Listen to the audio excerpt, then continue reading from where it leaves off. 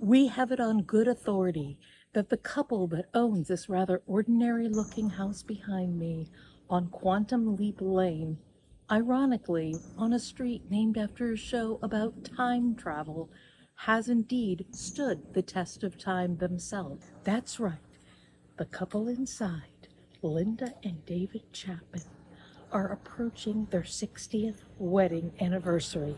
How does that happen in this day and age, full of TikToks and other insanities? How do any two people stay together, married for 60 years? Well, we are going on a journey to find out.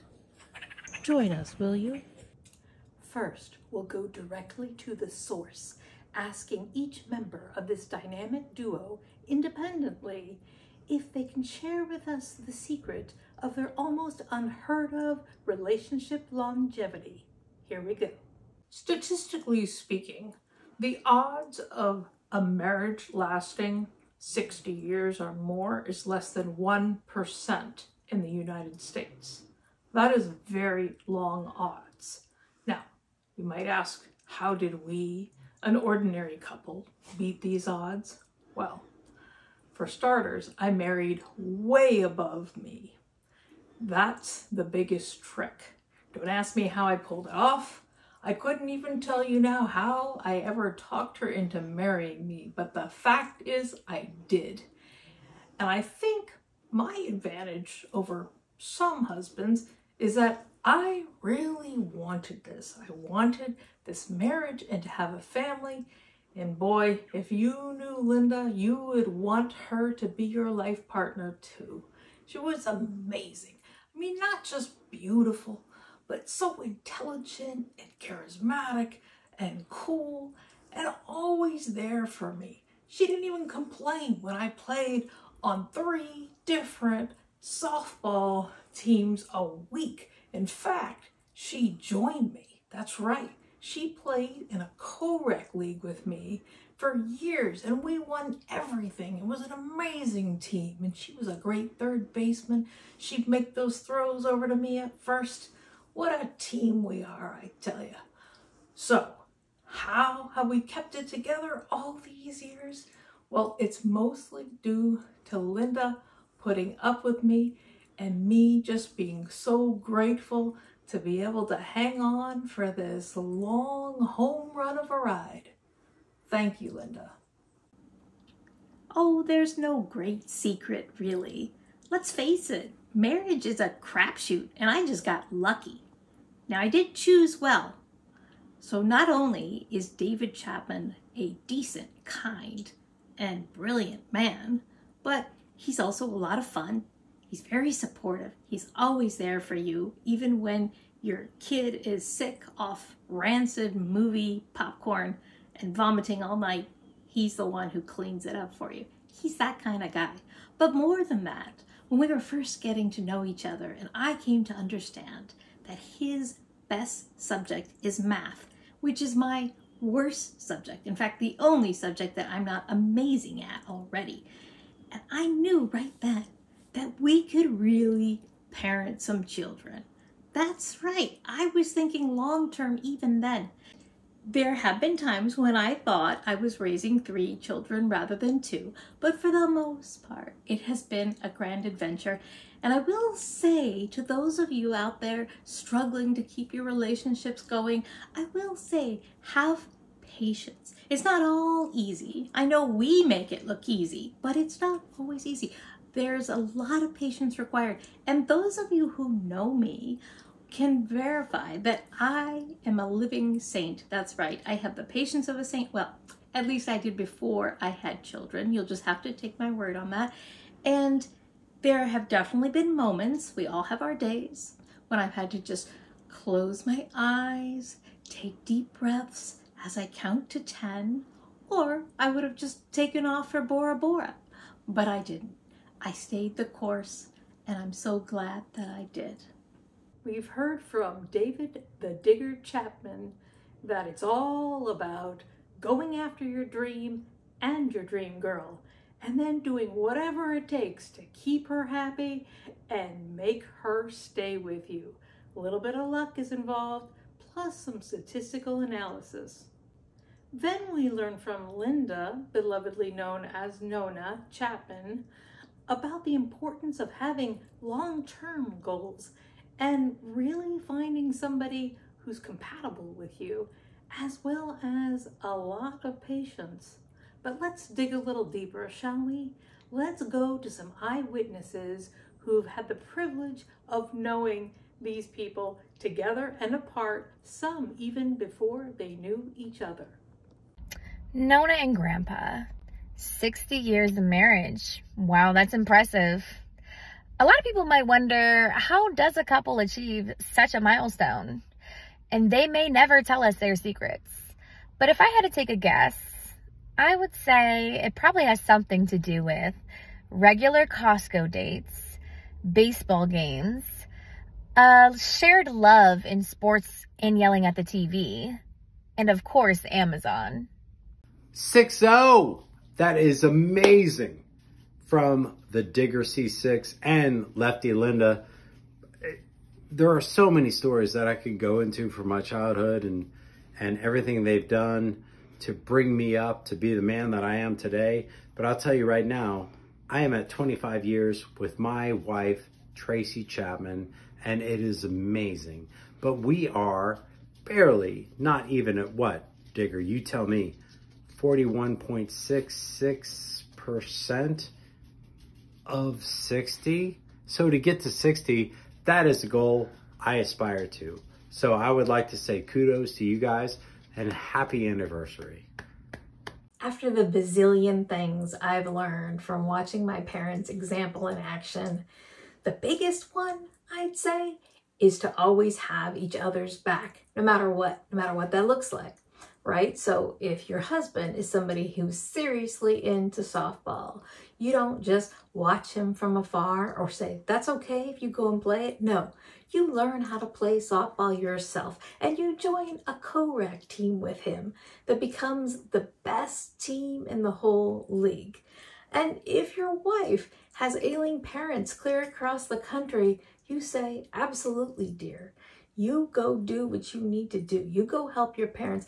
I will stay here. I will handle the kids and everything else, even if it means cooking for them every night when the only thing you know how to cook is hamburgers. And so it was fresh ground chuck every night for months. I swore I never ate hamburgers for years after that experience. But the point is that he did it. He was there for her to give her the support she needed so she could help her parents out. And if it comes to watching Rifleman for the 100th time, because that's what he likes to watch, then by God, you do it and you pretend to love it because you love him. I've known my grandparents for all my life, and I've always seen them being very loving and generous toward each other, never arguing or fighting, just being the perfect couple. I wish that someday I will find that special someone that will treat me how they treat each other.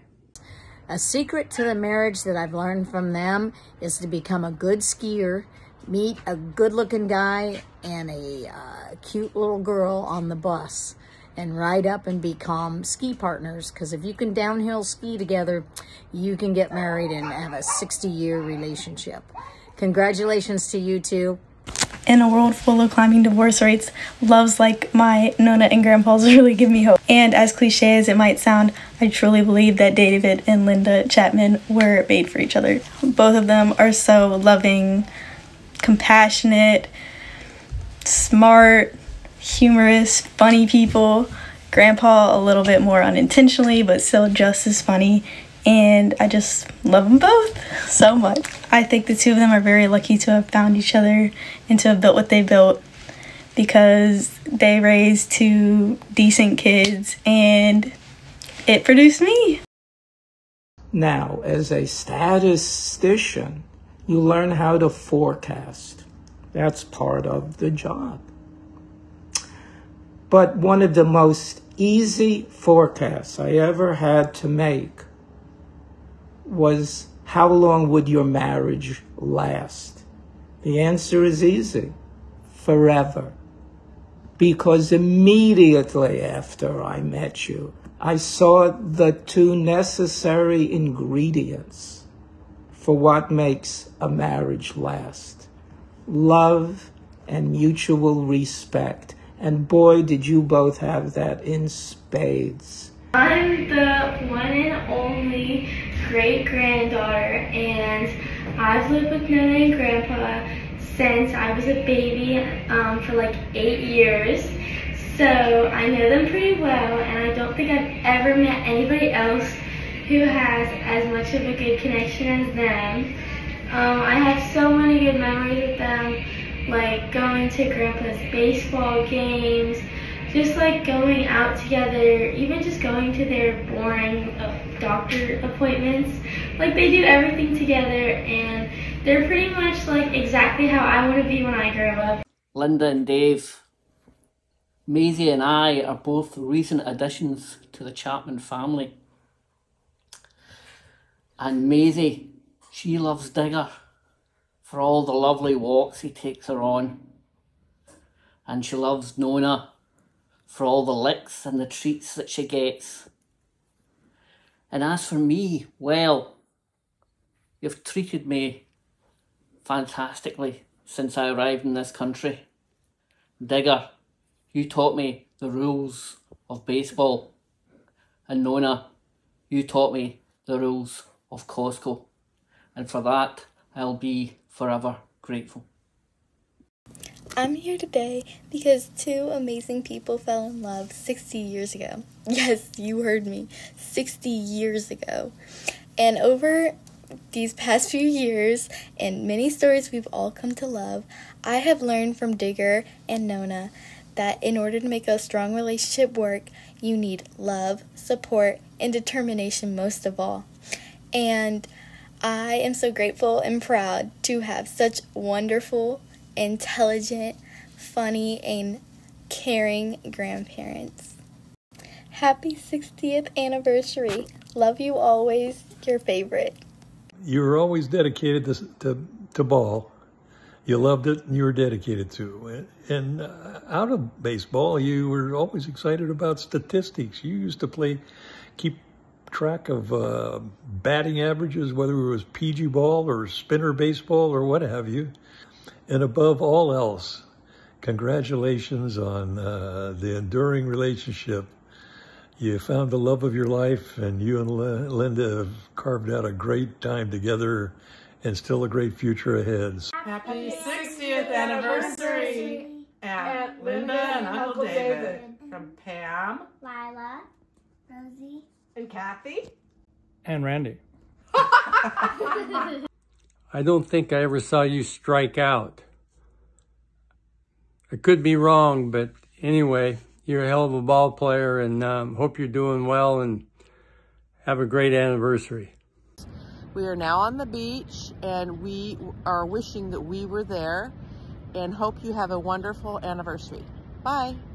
This is your little sister and your niece, first niece, yes, that you doted on. But we're so excited. I got to surprise you for your 50th, and now here I am. So much insight from so many people, all who just love knowing these people and seeing their love in action. We've learned about the power of mutual respect, love itself, and of course, finding somebody who you can get along with, and above all, never fighting. And let's not forget, always having each other's backs, and the power of Costco dates, and of course, Amazon. Before we go, we'll leave you with one last, a little bit different viewpoint from our youngest generation. Their last great-grandchild so far, Leilani, age 2. Take it away, Leilani. Nana, Papa, I do. Yeah. I don't know. Papa, I don't know. Papa, and your